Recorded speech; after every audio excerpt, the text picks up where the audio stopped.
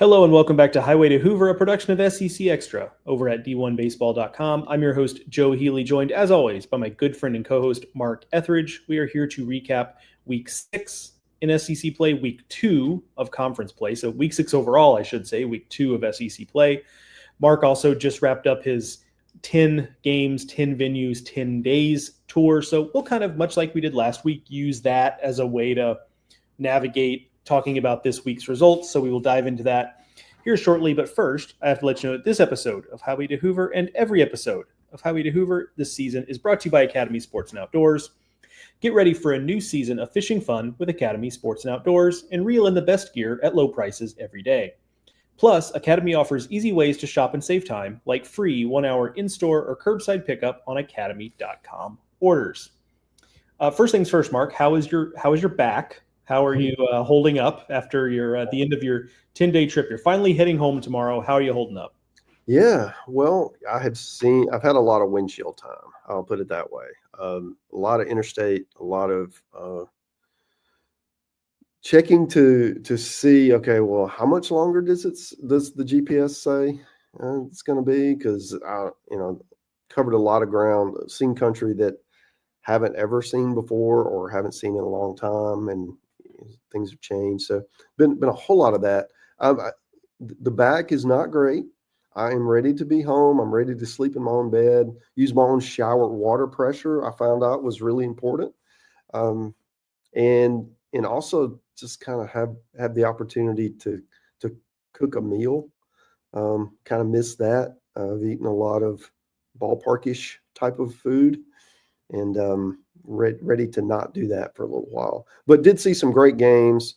Got to see some ballparks, some for the first time, or some that have been renovated, and also just had a really great reception. People love D1 most of the time, everywhere we go. So that was great to be able to represent college baseball for D1 and have some meeting a lot of new people and make friends wherever I went. Yeah, sounds like a good trip. But maybe there's maybe at some point do some sort of debrief, like larger debrief on your trip or something, because like there was some midweek stuff too that I think is interesting. Mm-hmm. You went to Rickwood Field, and that'll I have a plan for that. Yeah. Okay, great. So there we go. We'll look forward to that. All right, let's jump into this week, Mark. And like I said at the top, we will use kind of where you were on which days as just kind of a guide. It's not necessarily that we think these are in order of importance, but it feels like that's just a good way to kind of jump us in. So your first stop this past week was Thursday. That was for Texas A&M Vanderbilt.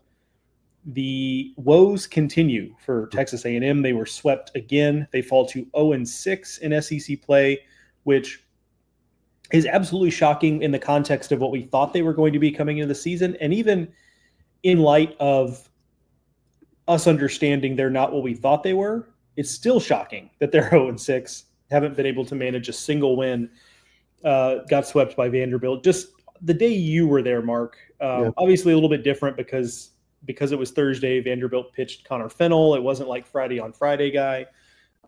What did you take away from your day there that you got it now that you have had a in-person upfront personal look at A&M? Yeah, that lineup has some serious holes in it near the bottom. There were some non-competitive ABs during the time I was there. You give Vanderbilt credit; they certainly pitched it well and did enough offensively that when I was there that they were facing Ron Prager, so they had a pretty good night on him. Just kind of taking it back up the middle and did a great job on him.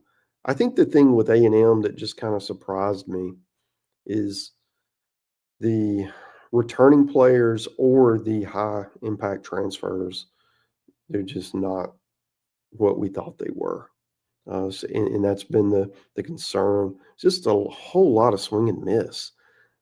They struck out 49 times in the 3-game series. I mean, there's only 81 possible outs, so that's 61% of your outs or strikeouts. That's you're going to lose if if you don't make contact, and that's what we're looking at with A&M. They continue to pitch fine, and really had one bad inning in game 3, or they pitched, or they would have won that game.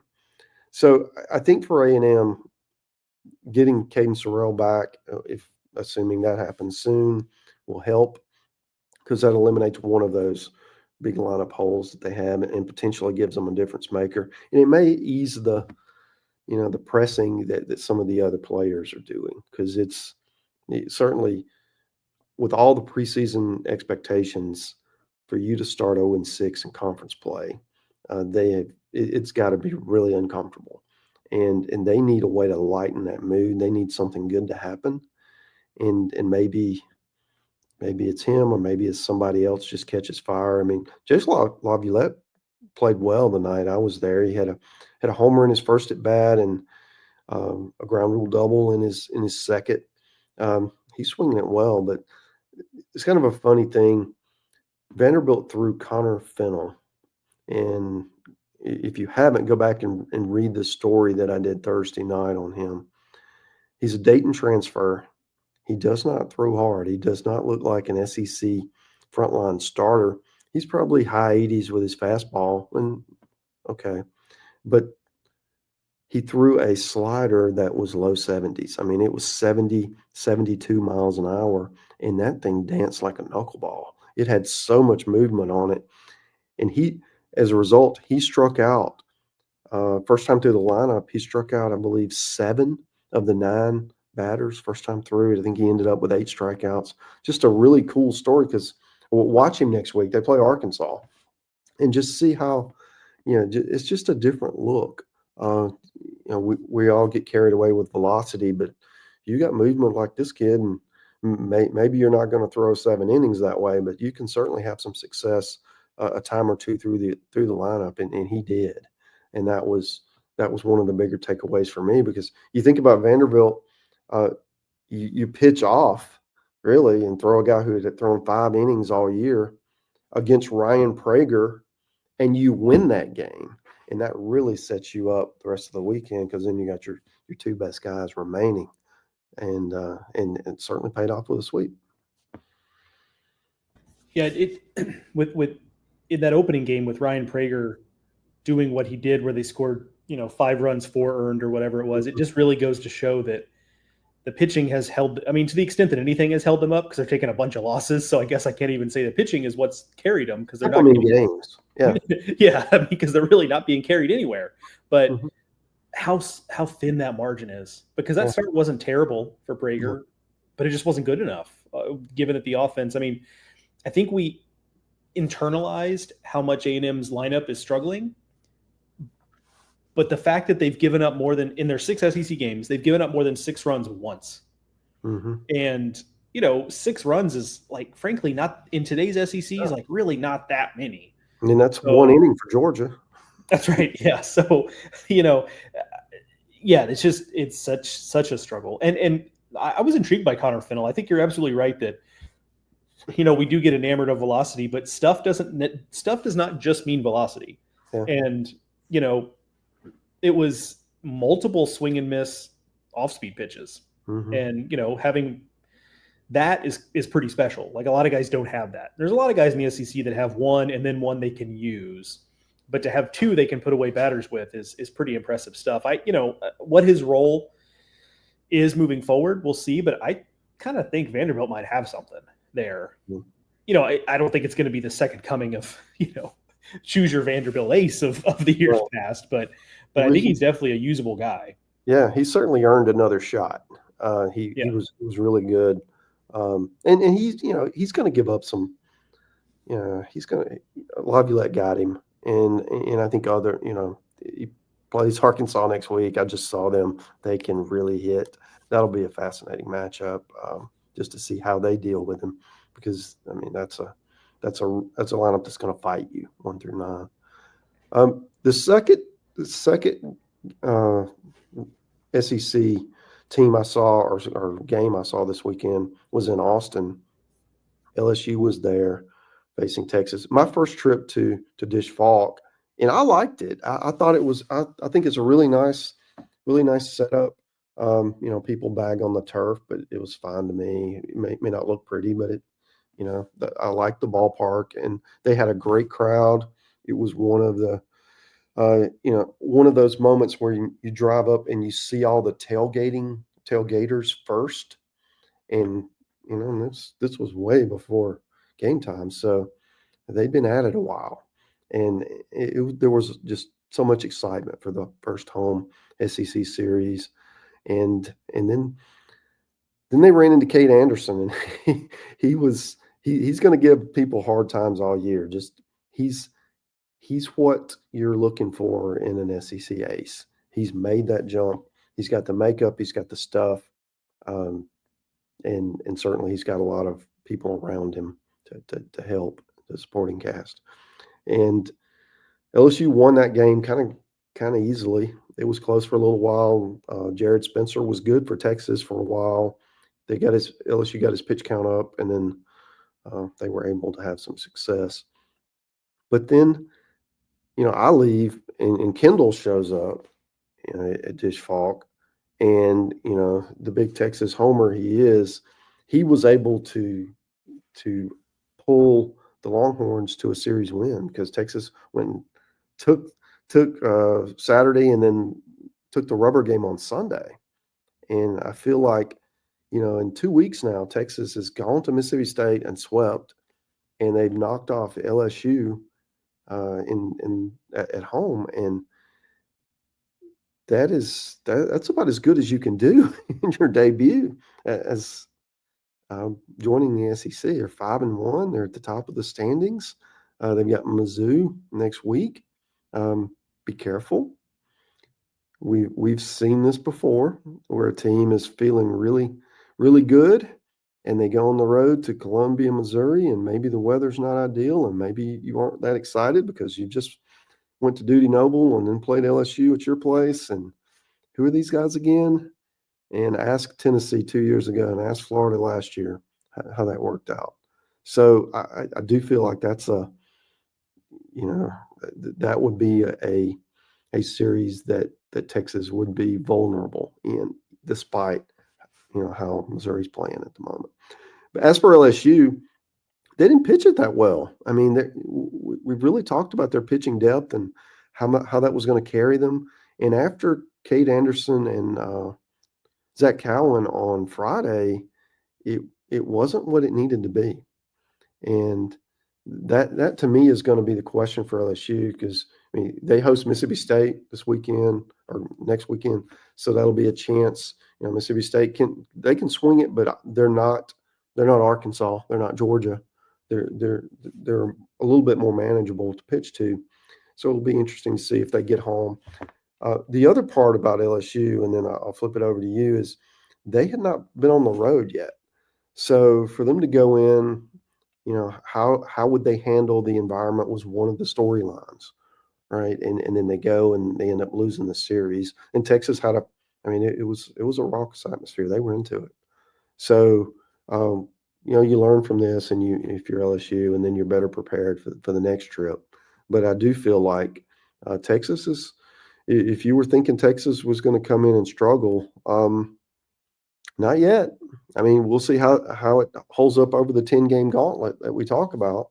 But 2 weeks in, they look really strong. They look like a team that's going to host a regional. Yeah, Oklahoma and Texas combined 9-3 Yeah. in their SEC games so far. We'll talk about Oklahoma here in a minute, but I too am intrigued, or not intrigued is not the right word. Curious about LSU on the mound. I think at this point, we can pretty confidently say, like, Kate Anderson feels like he's in a good place. You feel pretty confident about him.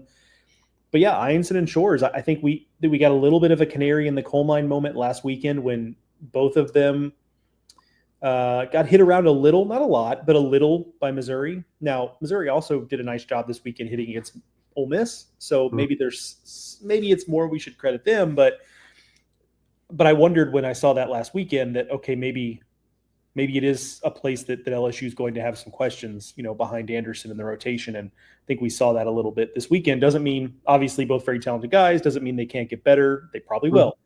But right now, LSU has a little bit of a question there with what they're going to do there. They also feels like the middle game of the series felt like one in which they were just trying to find it. It almost felt like we're going to go through our entire bullpen if we have to try to find someone who can like prove something to us, right? Mhm. So we saw a lot of guys that we haven't seen a ton of necessarily, or certainly haven't seen a ton of in SEC play yet.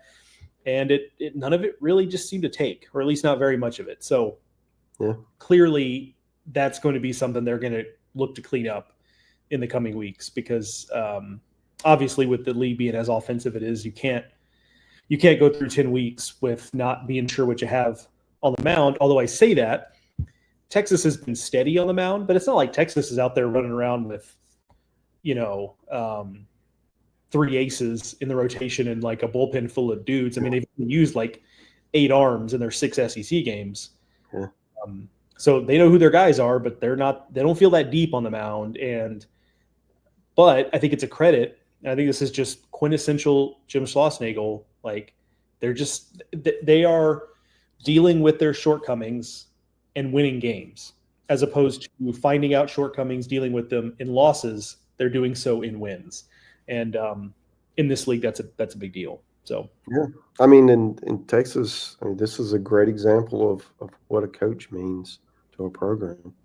I mean, they called a lot of grief for how this came about, but now he's your guy, and you'd much rather have him be on your side than you have to go beat him, because the dude's a winner, and he's going to win at Texas and win big. Yeah. I mentioned it. I can't remember where I mentioned it, if it was on Weekend Waypoints or a radio hit or something. Like, this is probably not anywhere close to Schlossnagle's most talented Texas team he's going to have in the next 3 to 5 years, and it still might be an Omaha team. So that's just kind of the proof is in the pudding with him. Criticize the way he handled the A&M to Texas move if you like. There's certainly things you could criticize there, but like, the dude just wins. Yeah. That's just it. Moving on to Oklahoma and Mississippi State. Yeah. Oklahoma, as I mentioned, 4-2. Well, Texas and Oklahoma combined 9-3. If Texas is 5-1, that means Oklahoma's 4-2. Series went over Mississippi State at home, first SEC series ever in Norman. So that was exciting for them. Mark, give me just kind of the color of it. It was your first trip to Norman. Yeah. Give me kind of just the color of what that was like at L. Mitchell Park. Yeah, well, it is smaller than the SEC facilities that we typically go to, but they had a good crowd. It was the listed capacity is, I forget exactly what it is, but we had more than that there the day I was there, and it wasn't. I think last year they set the record. It was close to 5,000, something like that, and it was for something. It was like maybe 4,200, something like that. So it was a good crowd, and the game was, I don't know, it was interesting, but it was also frustrating. There were a lot of mistakes made. Mississippi State had 2 errors in the first, and then 2 more errors before they recorded an out in the second. And they what I dubbed the infield error cycle. And they had an error on the third baseman, the second baseman, the first baseman, and the shortstop. And they did that really quickly. They had 4 errors in the game and had only recorded 3 outs. So that puts you behind. And as a result, they were down 7-0, and then fought back and actually took the lead 11-10 late in the game before Oklahoma rallied at the end to grab the win.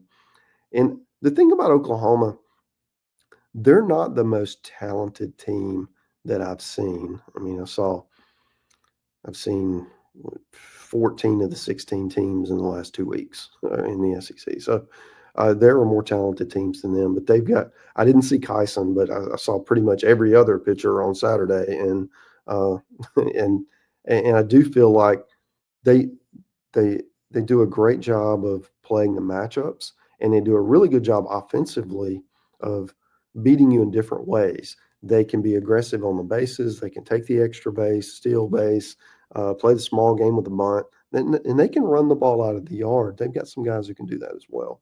And that's something I wasn't sure about until I kind of got up and got a better look at them. I I think that they're going to run into some times this year of like if say when they play Georgia, where a team is just so offensive that if their pitchers can't slow down the offense, they're not going to be able to keep up. But I do feel like the majority of the games that they play, they're going to be in the mall, and they do a really good job of making the plays in crunch time. Now, if you're Mississippi State, obviously that they did not play good defense the day I was there, and I understand they didn't they didn't do a whole lot better today. They had some crucial errors on Sunday as well. I do feel like their lineup is getting a little bit better. I mean, Hunter Hines has not had a good year, but he was good this weekend. Uh, Ace Reese is really coming into his own. Uh, the Reeves kid at the top of the lineup has done a good job as well. They've got some pieces, especially the middle to the top of that order. The concern is at the back end. Ross Highfield, the catcher, took a pitch to the face, missed the rest of the Saturday game, and the Friday game. This happened on Friday. He missed Saturday and Sunday and can be out for a while. So that hurts because he's certainly a better offensive option than their other candidates. I think if you're Mississippi State, you're 1-5, and now you have to go to Baton Rouge and face an LSU team that just lost and got humbled a little bit.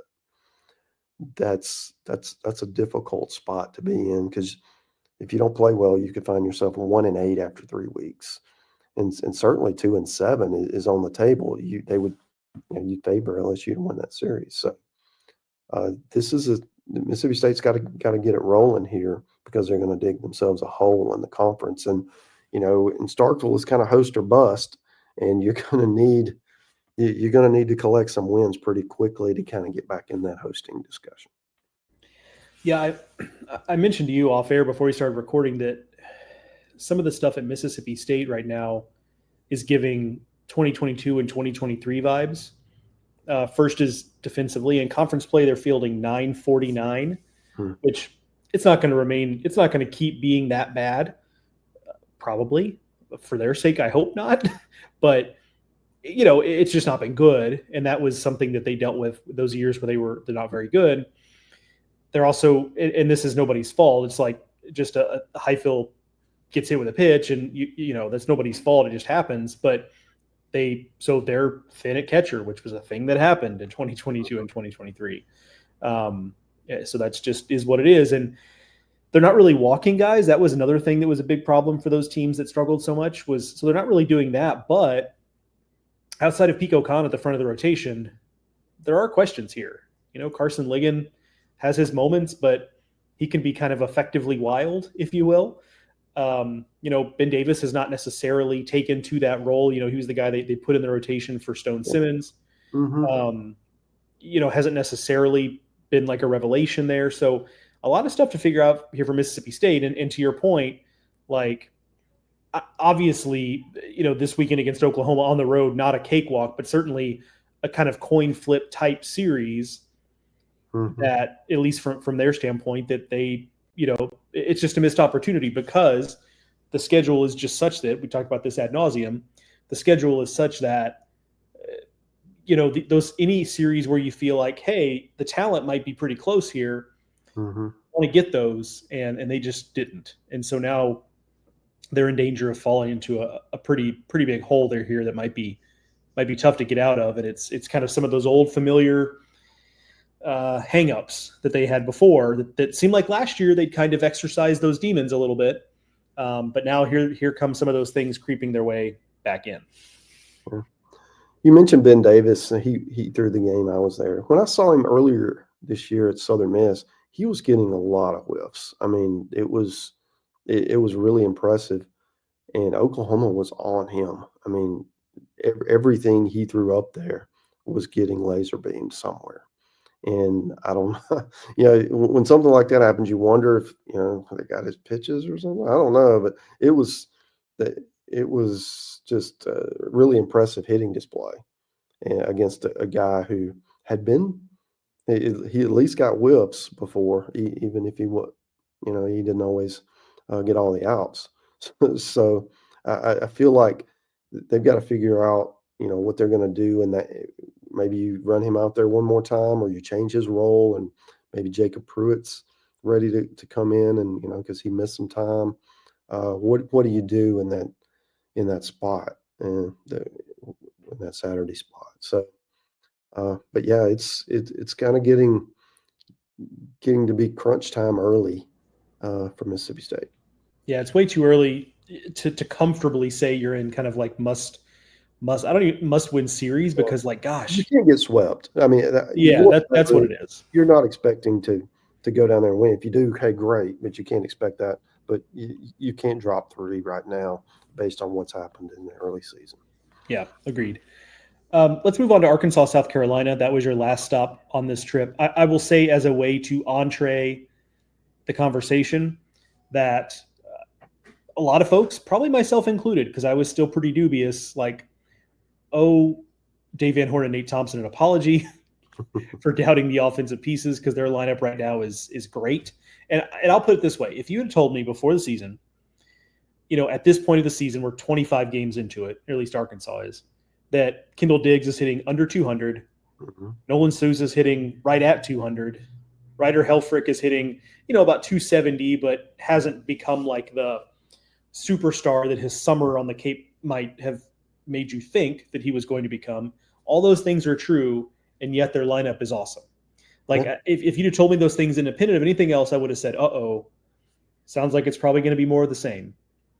But it is not, because their top 6 at least are really, really good. The Aloy brothers, yes.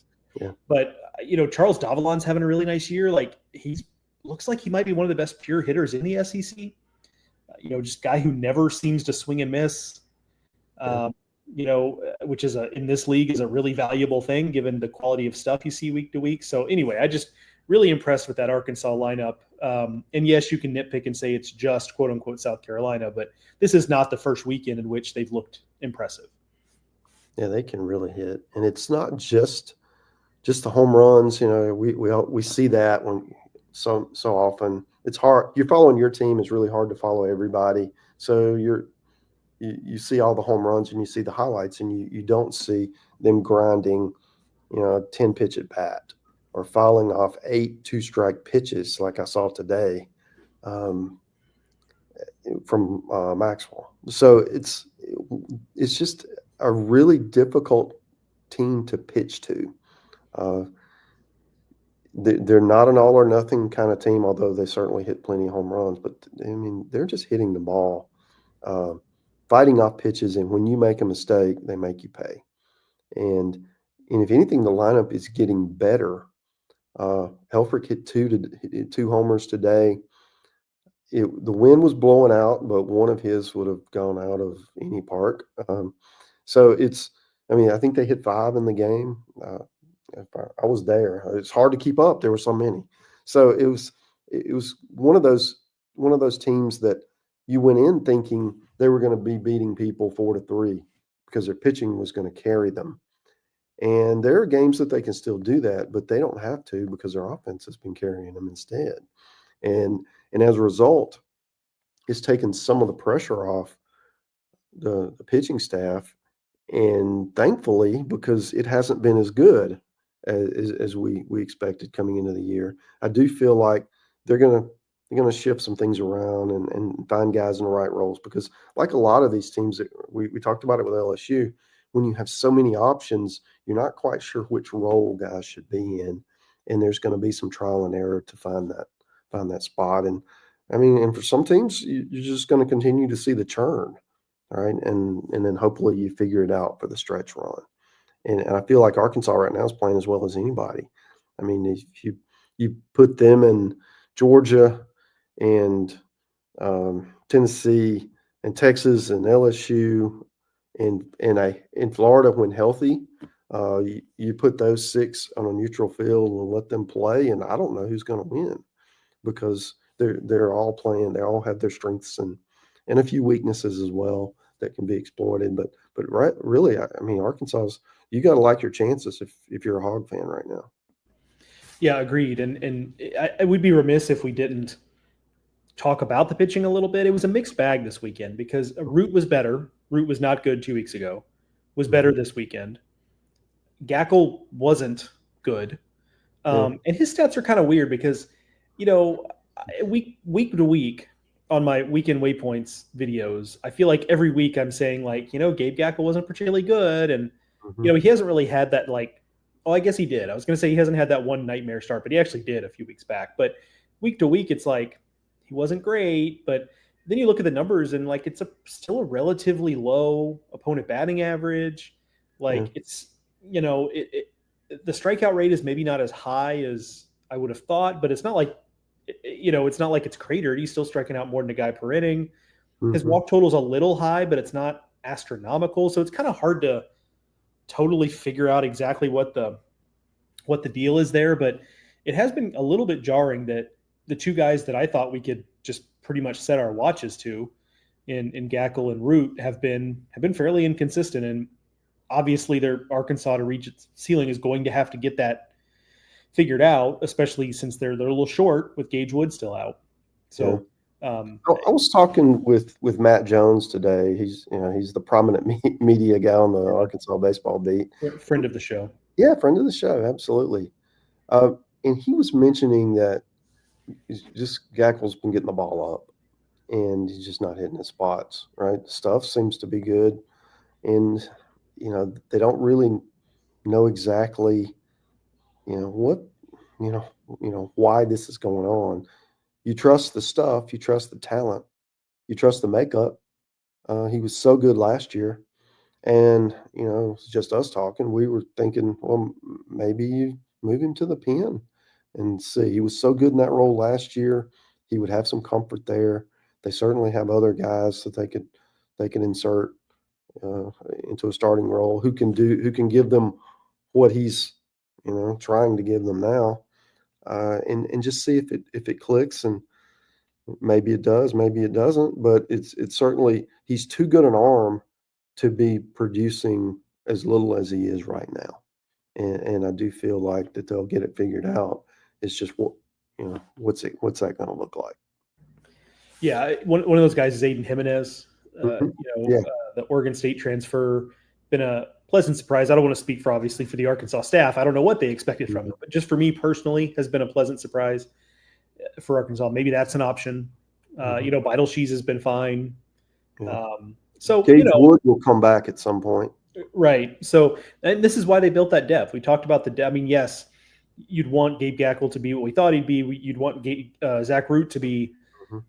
more consistent, but this is why you build depth like that. Like, and ultimately, their offense being as good as it's been, and the depth on the mound has allowed them to tread water while they're still trying to be better than tread water. Like, has kept them well above water as they try to figure some of these things out. On the South Carolina side, Mark, Mhm. I don't mean this to be flippant. It's probably going to come off that way, but I think it's just a matter of like South Carolina just doesn't have the guys. Obviously, Ethan Petrie can play on any field in the country, but you start to get beyond that, whether you're talking position players or mound, and they're just outmanned right now. Like I think that's just the kind of the long and the short of it. Like I do see this team playing pretty loose. Like they're clearly like playing hard, and seems like again they seem to play fairly loose. And I think some of that's Paul Maneri just kind of being the head coach that he is, but Mhm. it's just not enough talent. And I hate to just put it that bluntly, but it feels like that's just what it is. Well, certainly they're going to have trouble. I mean, they had trouble against Arkansas, and they're going to have trouble against Tennessee next week. The question is, can they avoid getting swept against those kind of teams? And then what happens in these other games? Because I mean, I was at the Sunday Oklahoma game. They had every opportunity to win that game and let it slip away. And those are the kind of games that would have clinched the series for them.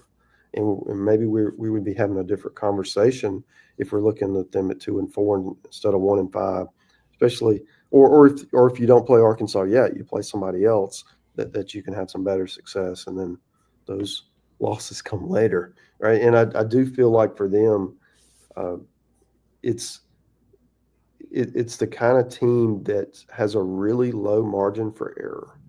So they can't beat themselves with errors, with grooving a 0-2 fastball, with base running mistakes, things of that nature. They're just not good enough against these top teams to be able to overcome that. And I feel like when you know that going in, hey, I've got to be darn near perfect. That's just a tough way to make a living. And pitching was going to have to lead the way for them, and it's just not held up. Moving Brandon Stone to the rotation, that move has not worked. Jake McCoy was pretty good during the non-conference. I at least liked the stuff and thought he could maybe round into form, but his ERA is almost 13 in conference play, and SEC batters are hitting almost 500 against him. Like, that's obviously not going to get it done. Mm-hmm. You mentioned to me Dylan Eskew is now in concussion protocol. He got hit with a batted ball while he was in the bullpen during BP, like as if things weren't bad enough for South Carolina. They've now apparently, made the baseball gods angry to have a pitcher get conked by a home run ball in BP. Yeah. So it just feels like things are compounding there. I'll be in Columbia this weekend when they play Tennessee. And we'll see if getting back home is helpful at all, right? Obviously, they're going to have to play I don't want to say the series of their lives, but something like it to come away with a result there. Yeah. But we'll see. So let's move on. Speaking of Tennessee, Tennessee takes 2 of 3 from Alabama. Alabama got a game here, which I thought was kind of the expected result in a way. Like I thought Alabama could hang, and they did in the series. So they get a game to start it off, a pretty good, well played game, kind of tight there. But ultimately, Tennessee just too much, and I think what stood out to me is they really flexed their depth in the finale of that, when they've been going Doyle, Phillips, and then a TBA, and it seems like they may have landed with a little bit of a piggyback thing with Tegan Coons and Braden Krenzel, maybe a couple of freshmen. They were outstanding. 8 2/3 really strong innings in the finale of that series. It looks like that might be something. We'll see, but if you assume Doyle will bounce back, he wasn't great this past weekend, but if you assume he's going to get back to being something closer to what he was, and it seems like Phillips has taken a big step, if this is something on Sundays in game 3, it just makes that team even stronger. And obviously we knew they were pretty doggone strong to begin with. Yeah. I mean, you nailed it. The game 3 pitching, those 2 freshmen who just basically dominated a veteran lineup that had success against some of Tennessee's best pitchers previously in the series. So, I mean, that to me was that's the lasting impression. That and that offense is just unforgiving. You make a mistake, and they had so many base runners. It's just every time you looked up, they had 2 men on, and I think that's the difference between them and some of in Alabama or some of the other teams that are really good. They don't have those that pitching depth to just come in and shut a team down in a game 3, and they don't have that every inning we're putting pressure on you offensively. That Tennessee does, and I feel like Tennessee does, Georgia does, and I think Arkansas does. And then after that, I feel like maybe LSU, but they I have my doubts after this weekend. I do feel like that as long as Tennessee stays healthy, that they're the team to beat nationally. I feel like they're the best team in the country. I think that's right. I agree with you there. Somebody on Weekend Waypoints made a good point that this Tennessee lineup, as deep as it is, this lineup at the high end might not be as good. And when you figure they lost Christian Moore and Dylan Dreiling and Blake Burke and on and on and on, like that makes sense. and now that, they didn't have Gavin Keelan this weekend, so obviously that makes them less effective offensively, but the pitching might actually be better. And that feels like a little bit of a sacrilege just because we're talking about Drew Beam, but lest we forget, like they were doing, Chris Stamos opener stuff, and, Nate Snead was being used as basically like a starter in relief. And obviously he was excellent at that. So that's not a criticism. It's just like, ideally you'd have it a little more figured out. And it feels like this group at bare minimum just kind of like knows what they have on the mound a little bit more. So I thought that was pretty astute that the lineup is deeper, but maybe on the top end isn't quite what last season's offense was, but the pitching might be better overall. And obviously, and obviously they're playing like, especially now with LSU dropping that series, like it feels a little bit like Tennessee and then a kind of a gap before anybody else right now. I'm not even, we haven't had our top 25 discussion yet as we're recording this, but like I'm kind of struggling to think of like, who would I pick as the second best team in the country right now? I'm not really sure. Maybe I'm just missing out an automatic team that I should be coming up with, but it does feel like Tennessee has pulled away a little bit. Yeah. Then the other side of the field there was Alabama getting that win on Friday, or I guess it was Thursday, game one. That was a big proof of concept for this team. I felt like for them to go out, take a punch, and then come back, and then get the lead, and then hold it when you knew Tennessee was going to make a run. I felt like that was big for Rob Vaughn's team, just from hey, we can play with the best team in the country. And then they kind of fell way behind on in game two. Riley Quick apparently had a blood blister and could not control his curveball and became basically a one-pitch guy, and that didn't go well against that lineup. So I do feel like that with Zane Adams and Riley Quick, Alabama's got to feel pretty good games 1 and 2, and then with Bobby Alcock, in game 3, he was great against A&M, and that did not carry over against Tennessee, but a lot of that's Tennessee as well. So that to me is the question of what do they have going forward with him?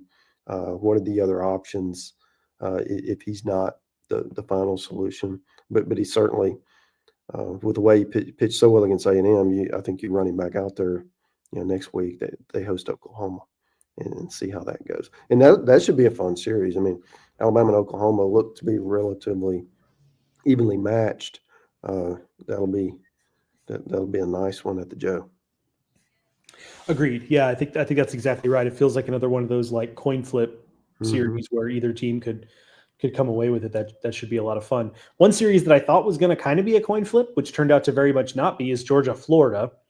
A little bit of the cocktail party series, if you will. And I feel like we have to set a couple things aside. Yes, Florida's beat up.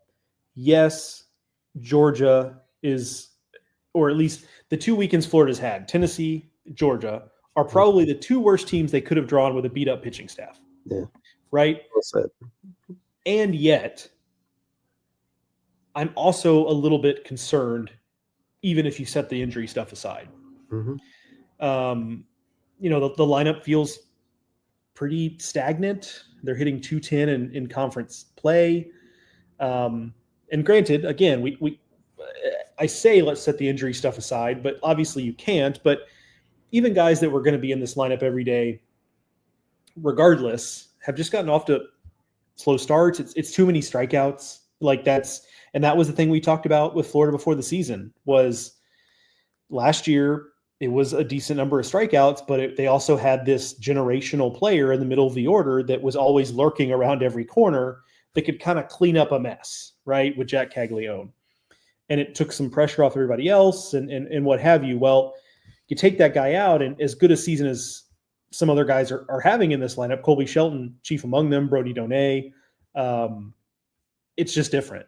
And so with this lineup not being as good in conference play, I think the combination of that and then obviously the pitching being beat up the way it is, I think this is kind of what it is at 0-6. So I can acknowledge that if this team gets healthier, they're never, especially with Kyle Jones out for the year, they're never going to be fully healthy again.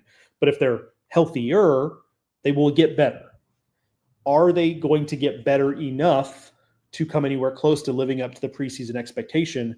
I'm less sure about that, I guess, is what I would say. Yeah, I mean, playing certainly playing Georgia without your top 2 pitchers, playing Tennessee without one of your top 2 is challenging. However, even this weekend, that they were going to use more than 2 pitchers in the 3-game series, and everyone got rocked, okay? Starters did not go deep at all. It was, what, 2, 3 innings tops? They were overmatched. Georgia did what they wanted to offensively, and that's definitely concerning if you're Florida. The offense, Georgia had been giving up big innings to everyone. It was kind of our running gag. Georgia fell way behind, and they were doing that against teams nowhere near as good of players as Florida. That Florida had, even at home, they really didn't have. They weren't competitive offensively, and part of that is Georgia's playing incredible. Brian Curley moving into the starting rotation, and I think he gave up 2 hits in 5 innings, something like that.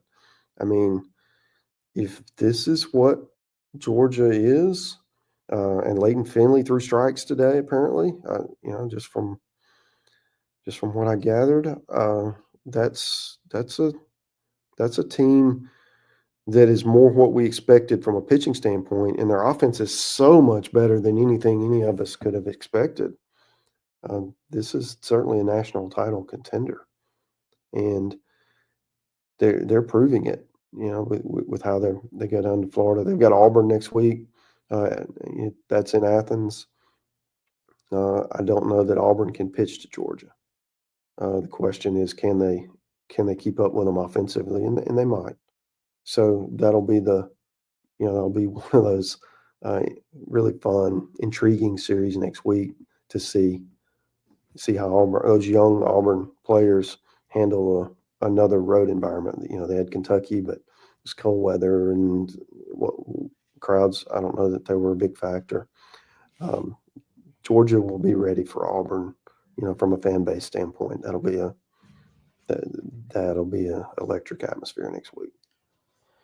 And furthermore, you mentioned the Kentucky crowds, and we'll get on to talking about Kentucky and Auburn here in just a second. I got a couple more things on Florida, Georgia, but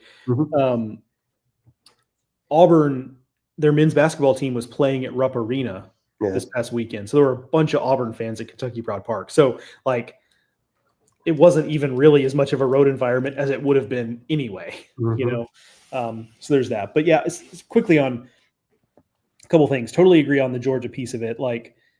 If this offense is going to be this, and we're still working on the pitching staff, you know what? I'm going to take it, because the last year, the pitching staff wasn't very good. Colton Smith was great at the end. Leighton Finley was steady. Brian Zeldin was good, and then after that, it was kind of it was like rolls of the dice, right?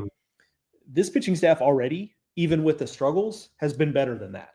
So understand that they're already in a better place, even though we're sitting here kind of talking about, why is it not really working? And I understand why, because the talent is through the roof, but they're just already so much more deep than they were last season. And then quickly on the Florida, it's a great point. They're missing a couple guys, but I thought it was a great point. They were going to pitch more than 2 guys, and I saw arms, and I'm not going to name names because I don't want to be rude, but they threw guys this weekend that I didn't think we'd see in conference play at all, because they just had to find somebody, right? And it's can we catch lightning in a bottle? Yeah, it's an opportunity for somebody. You don't get to Florida as a pitcher unless you're talented. So these guys, they just may not be ready, right? But you never really know. Sometimes guys are not practice players, they're game players. You get out there and see what they got, and it just didn't. It just didn't work out for them. Moving on to Kentucky, Auburn. Look, I'm a big proponent of winning as a skill, and to some degree, and Auburn kind of seems to have it. We saw that with the finale of the Vanderbilt series last weekend, where they just scratched and clawed their way to a win. We saw it again this weekend, where it wasn't the prettiest series you're ever going to see. It wasn't, it wasn't perfect. They still have some things to clean up. We can very obviously poke some holes in what they've done, and yet They win another series. Now you lose the finale 6-0. Good job by Kentucky to salvage. We can certainly talk about that, but I was just really impressed again by like Auburn just finds a way and they win the series. And if you're Kentucky, my thing on Kentucky is I actually don't think they're playing that poorly. Like certainly the offense has been pretty good. They just feel like it feels like every coin flip is going the other direction. And then B, it just feels like I think maybe we, myself included, took for granted the last 2 years how much Kentucky was just a team that didn't have mental lapses, like I don't want to say boneheaded because that implies like something dumb, but just like basic routine errors. They just didn't do that because they were so good defensively. They were so mature. They had such a high baseball IQ. And then you see this weekend where they lose a game, you feel for Tyler Bell. Like he's had a really good year. Like obviously he's been great. Just drops a routine pop-up that gives Auburn a lead in the opener. And then in the second game of the series, they work really hard to score 4 runs in the ninth to tie it, to send it to extra innings, and then they still lose that game. Mm-hmm. And so just kind of heartbreaking there. They were, they could have swept that series. Like not much would have had to change for Kentucky to sweep that series. And instead they had to come out and salvage a game on Sunday. My one Auburn note, Ike Irish is back. Yeah. He had 5 hits in game 2. That's a yard. Right. So like he's not just back on the field, he is like back. And obviously that's huge for Auburn. Yeah. I think that the thing for Auburn is, to your point, they've been able to make the clutch plays and be able to fight through. And that was, last year that it didn't really go that way for them. They lost a lot of close games. They lost a lot of games that they couldn't hold the lead. Those kinds that really hurt and demoralizing kind of losses that linger into the next day and sometimes the next week. And to this point, they've been much better, and they've they've been the team that's been able to come back and dish out some of those losses. Certainly, they did that to Vandy last week, and Kentucky's probably feeling like that as well. I do feel like,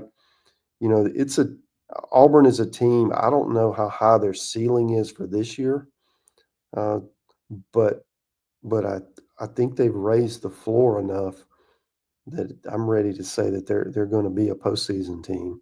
The question is just, how quickly can they elevate? Because there's a ton of talent, and a lot of it's young, and that's going to take some time for seasoning. But if you continue to, from the talent acquisition standpoint, to do what they're doing, and then develop those players, I really like where Auburn's heading right now. I think that they're going to be a team that's going to hang around the fringe of the top 25. I figure for the bulk of the year. I kind of that's my read on them, early on. And then from a Kentucky standpoint, yeah, they're going to be in all these games. I don't think you're going to blow them out very often. I think they're going to be right in the middle of it. And can they make the plays that they did a year ago? Or can they make enough of them? Because you're not going to make them all. And I do feel like that's a really challenging way to lose a home series at that. They go to Texas A&M next week.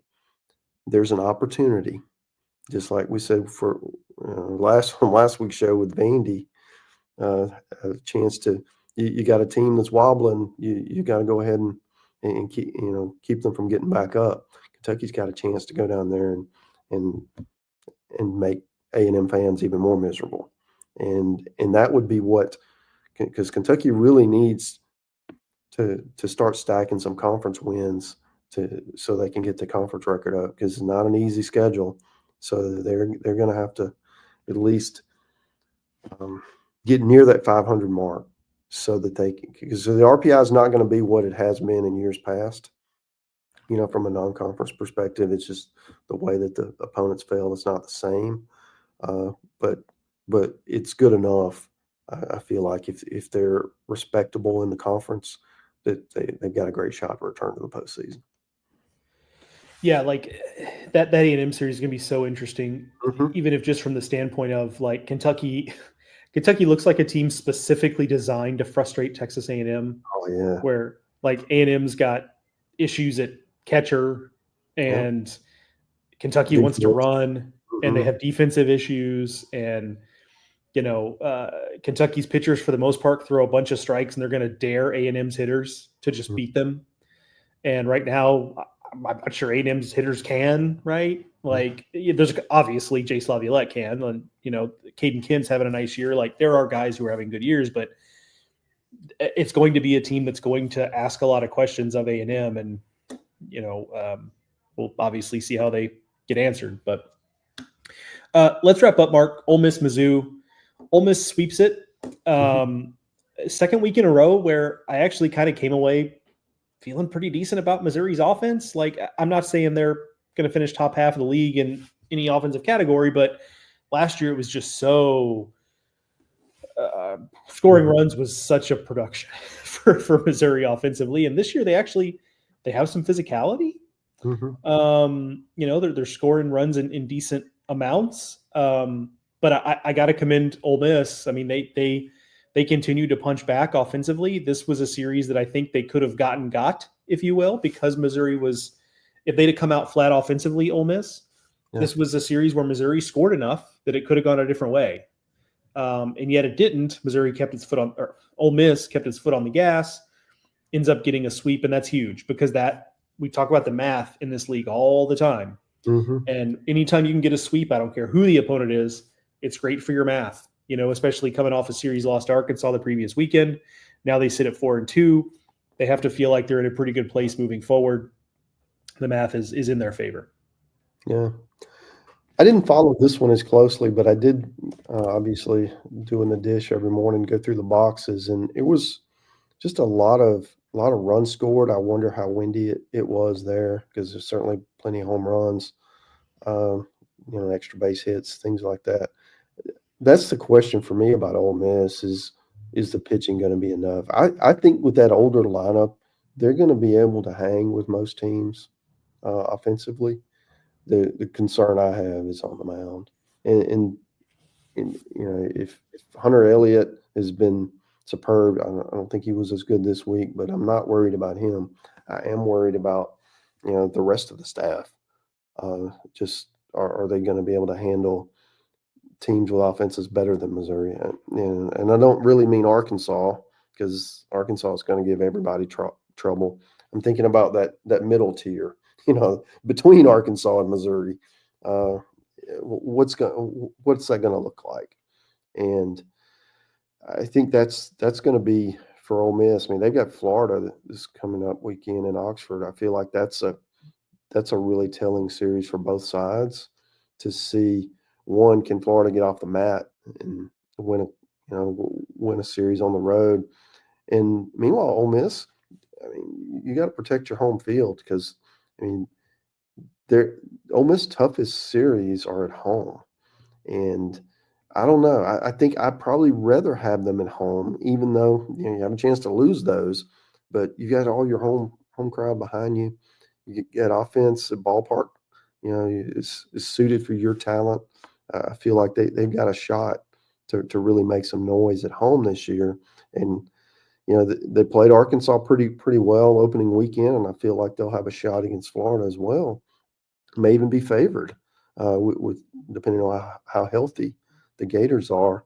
Liam Peterson, we didn't mention this. He is going to throw tomorrow, and if that goes well, then that would set him back up to rejoin the rotation. That's a Thursday-Saturday series, and so that's a big swing because if he doesn't throw, Ole Miss, I would favor them to win that series. If he does throw, that certainly tilts the scales more towards the Gators.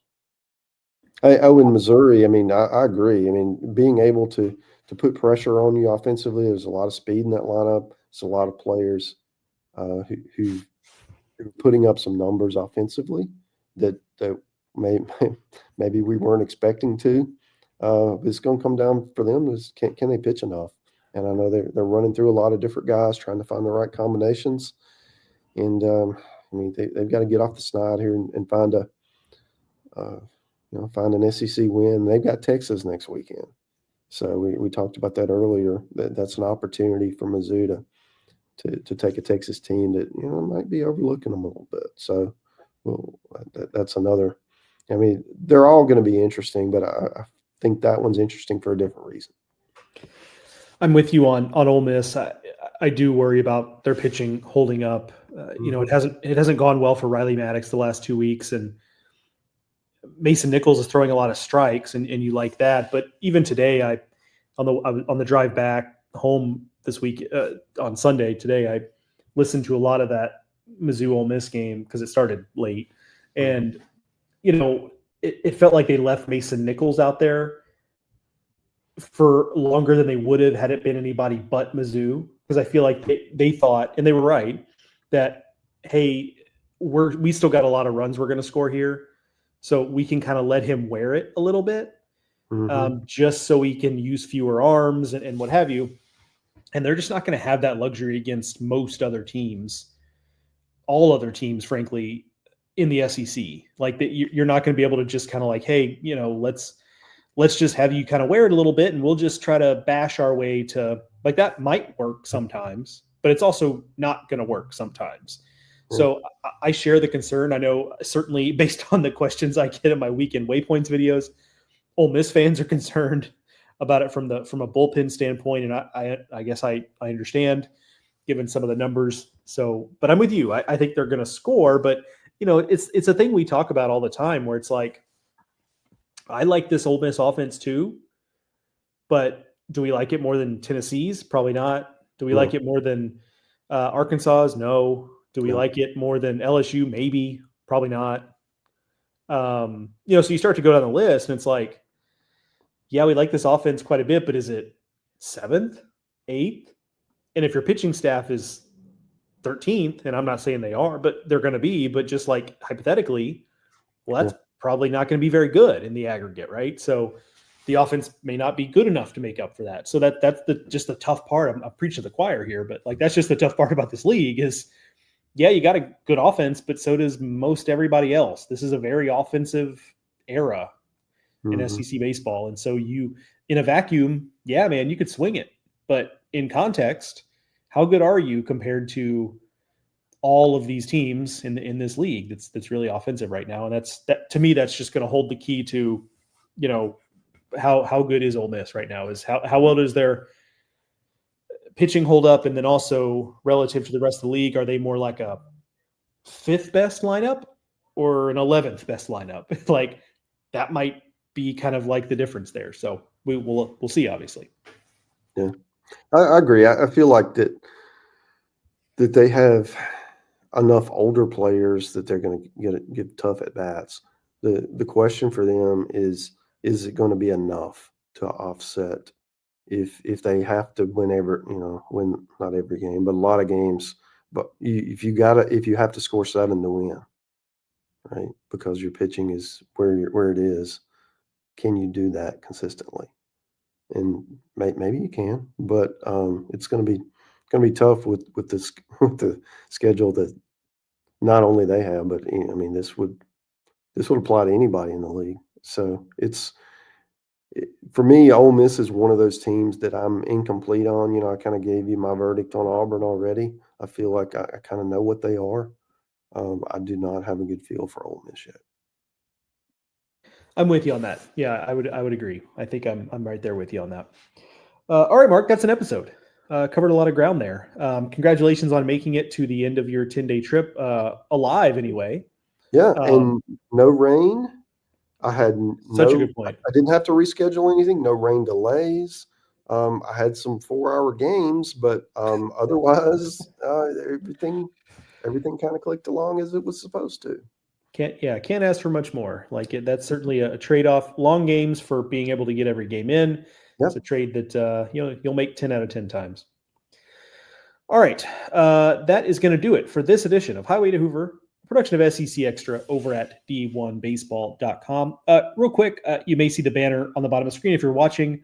Have a new coupon code out there, Omaha30, to get 30% off any subscription. That's the best coupon you're going to get this year. 30% is kind of where we cap the discounts, if you will. So if you've been on the fence and you're just kind of waiting for the right moment to jump in, let this be a sign that if you're on the fence, get off of it. Use this coupon before it's no longer available. 30% is the most we typically offer on those discounts. So get in with the code Omaha30. Thank you to Academy Sports and Outdoors for sponsoring this and every episode of the Highway to Hoover podcast. Thank you also to Tecovas Boots, another one of our sponsors here at Highway to Hoover. Thank you to Mark, as always, for joining me, and thank you, the listener, for listening.